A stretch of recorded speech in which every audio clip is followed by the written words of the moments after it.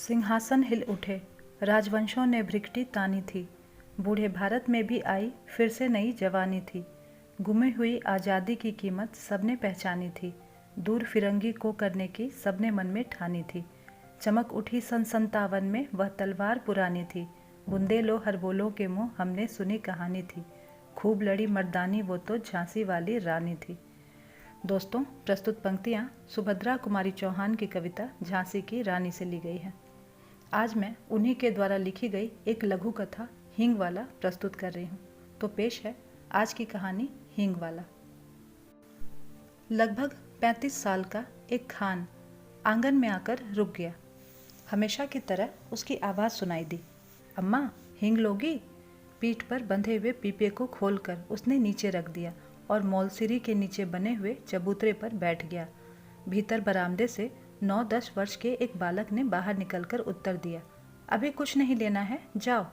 पर खान भला क्यों जाने लगा।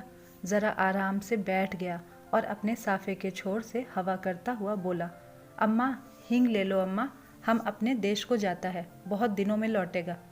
सावित्री रसोई घर से हाथ धोकर बाहर आई और बोली, हींग तो बहुत ले रखी है खान, अभी 15 दिन हुए ही नहीं, तुमसे ही तो ली थी। वह उसी स्वर में फिर बोला, हेरा हींग है माँ, हमको तुम्हारे हाथ की बोहनी लगती है, एक ही तोला ले लो, पर लो जरूर। इतना कहकर फौरन एक डब्बा सावित्री के सामने सरकाते हुए कहा, तुम और कुछ मत देखो माँ, यह हींग 1 नंबर है, हम तुमको धोखा नहीं देगा। सावित्री बोली, पर हींग लेकर करूँगी क्या, ढेर सी तो रखी है। खान ने कहा, कुछ भी ले लो अम्मा, हम देने के लिए आया है, घर में पड़ी रहेगी, हम अपने देश को जाता है, खुदा जाने कब लौटेगा। और खान बिना उत्तर की प्रतीक्षा किए हींग तोलने लगा। इस पर सावित्री के बच्चे नाराज हुए। सभी बोल उठे, मत लेना माँ, तुम कभी मत लेना, ज़बरदस्ती तोले जा रहा है। सावित्री ने किसी की बात का उत्तर न देकर हींग की पुड़िया ले ली। फिर पूछा, कितने पैसे हुए खान? 35 पैसे अम्मा, खान ने उत्तर दिया। सावित्री ने 7 पैसे तोले के भाव से 5 तोले का दाम 35 पैसे लाकर खान को दे दिए। खान सलाम करके चला गया, पर बच्चों को माँ की यह बात अच्छी न लगी। बड़े लड़के ने कहा, माँ तुमने खान को वैसे ही 35 पैसे दे दिए, हींग की कुछ ज़रूरत नहीं थी। छोटा माँ से चिढ़कर बोला, दो माँ, 35 पैसे हमको भी दो, हम बिना लिए ना रहेंगे। लड़की जिसकी उम्र 8 साल की थी बड़े गंभीर स्वर में बोली, तुम माँ से पैसा ना मांगो, वह तुम्हें ना देंगी, उनका बेटा वही खान है। सावित्री को बच्चों की बातों पर हंसी आ रही थी। उसने अपने हंसी दबाकर बनावटी क्रोध से कहा, चलो चलो, बड़ी बड़ी बातें बनाने लगे हो, खाना तैयार है, खाओ। छोटा बोला, पहले पैसे दो, तुमने खान को दिए हैं। सावित्री ने कहा, खान ने पैसे के बदले में हींग दी है, तुम क्या दोगे? छोटा बोला, मिट्टी देंगे। सावित्री हंस पड़ी, अच्छा चलो, पहले खाना खा लो, फिर मैं रुपया तुड़वा कर तीनों को पैसे दूंगी।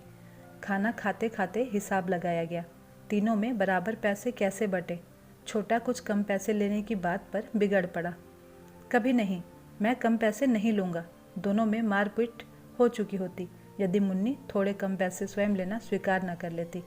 कई महीने बीत गए, सावित्री की सब हींग खत्म हो गई। इसी बीच होली आई। होली के अवसर पर शहर में खासी मारपीट हो गई थी। सावित्री कभी कभी सोचती, हींग वाला खान तो नहीं मार डाला गया, ना जाने क्यों उस हींग वाले खान की याद उसे प्रायः आ जाया करती थी। एक दिन सवेरे सवेरे सावित्री उसी मौलसिरी के पेड़ के नीचे चबूतरे पर बैठी कुछ बुन रही थी। उसने सुना उसके पति किसी से कड़े स्वर में कह रहे हैं, क्या काम है, भीतर मत जाओ, यहाँ आओ। उत्तर मिला, हींग है, हेरा हींग। और खान तब तक आंगन में सावित्री के सामने पहुंच चुका था। खान को देखते ही सावित्री ने कहा, बहुत दिनों में आए खान, हींग तो कब की खत्म हो गई। खान बोला, अपने देश को गया था अम्मा, परसों ही तो लौटा हूँ। सावित्री ने कहा, यहाँ तो बहुत ज़ोरों का दंगा हो गया है। खान बोला, सुना, समझ नहीं है लड़ने वालों में।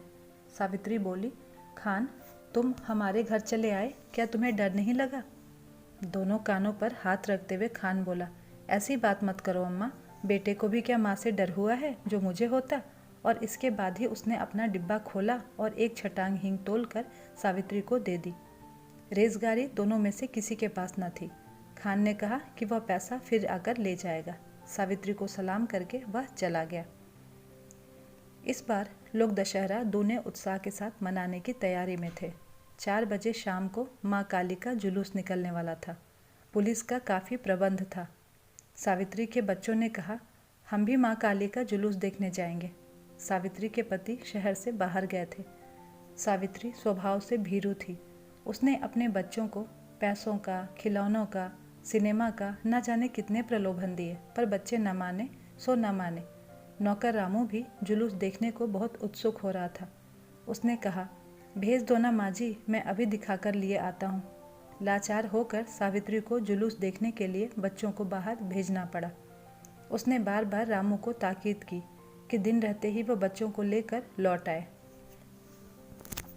बच्चों को भेजने के साथ ही सावित्री लौटने की प्रतीक्षा करने लगी। देखते ही देखते दिन ढल चला, अंधेरा भी बढ़ने लगा, पर बच्चे न लौटे। अब सावित्री को न भीतर चैन था और न बाहर। इतने में उसे कुछ आदमी सड़क पर भागते हुए जान पड़े। वह दौड़कर बाहर आई, पूछा, ऐसे क्यों भागे जा रहे हो? जुलूस तो निकल गया ना? एक आदमी बोला, दंगा हो गया है जी, बड़ा भारी दंगा। सावित्री के हाथ पैर ठंडे हो गए। तभी कुछ लोग तेजी से आते हुए दिखे। सावित्री ने उन्हें भी रोका। उन्होंने भी कहा, दंगा हो गया है। अब सावित्री क्या करे? उन्हीं में से एक से कहा, भाई तुम मेरे बच्चों की खबर ला दो। 2 लड़के हैं और 1 लड़की, मैं तुम्हें मुंह मांगा इनाम दूंगी। एक देहाती ने जवाब दिया, क्या हम तुम्हारे बच्चों को पहचानते हैं माँ जी? यह कहकर वह चला गया। सावित्री सोचने लगी, सच तो है, इतनी भीड़ में भला कोई मेरे बच्चों को खोजे भी कैसे? पर वह करे भी तो क्या करे? उसे रह रहकर अपने पर क्रोध आ रहा था। आखिर उसने बच्चों को बाहर भेजा ही क्यों? वे तो बच्चे ठहरे, जिद तो करते ही, पर भेजना उसके हाथ की बात थी। सावित्री पागल सी हो गई। बच्चों की मंगल कामना के लिए उसने सभी देवी देवता मना डाले। शोरगुल बढ़कर शांत हो गया। रात के साथ नीरवता बढ़ चली, पर उसके बच्चे लौट कर न आए। सावित्री हताश हो गई और फूट फूट कर रोने लगी। उसी समय उसे वही चिरपरिचित स्वर सुनाई पड़ा, अम्मा।